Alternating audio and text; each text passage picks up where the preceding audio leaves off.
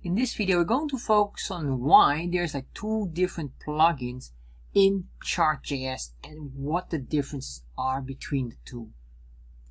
So first of all, make sure you have the boiler template, which you can find here on chartjs3.com getting started, this specific link here. Once you scroll down, copy this chunk of code and you're good to go.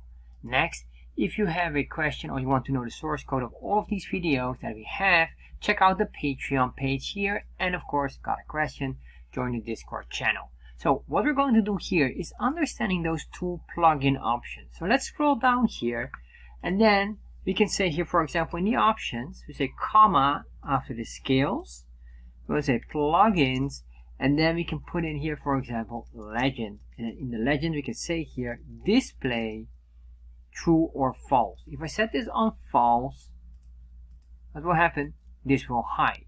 So this plugin option here gives you the option to edit a functionality of that specific plugin. In this case, it would be the legend plugin. We could have a tooltip plugin like that, and then we can say here I would like to enable and set this on false as well. And so what we're basically doing is we're hiding the tooltips now, as you can see here, and that is because this here access all the options in there, colors, etc., depending on how it is built.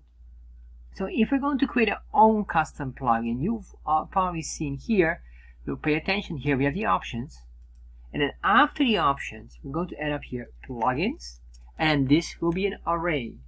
This here gives us an option to create a plugin that we want to register or load in this specific chart. So for example, I'm going to say here, I'll just make something up, square plugin. I'll just give it like that, the name. If I do this and save, refresh, we get an error. Right now we don't have any constant variable here, so we have to create something. So I'm going to say constant this equals, and I'm going to make a quick plugin here. I will not go deep into this, but let's say here before the datasets draw, we will draw something before the dataset loads. There's a chart, args, and plugins. This here will be very important later on, so just pay attention. So what we can do, if I want to draw something here, I need to do an object destructuring. And I'm going to say here chart this, and it's from the chart object, and of course here I need to access the CTX, which gives us the context of the canvas. So if I save it now, refresh, there we are. So now you might say, well, can I use, for example, this, put a comma, and then do something here. Let's say disable true or display true. If I save this, refresh, it will allow you to do something, but there's nothing really that it does because we didn't specify something, but this option here doesn't exist. So we're going to create this option. We can say here maybe a color or something. So let's start to create a very simple shape. I'm going to say ctx.save to save all variables above, and I'm going to say ctx.fill rectangle, and this will be 20 by 20 by 20 by 20, very straightforward, and this will give us a rectangle here. Alright, so what I could do, for example, now is, what if I would like to say here ctx.fill style for the color, and this is red. I want to control the color of red. We have here this red.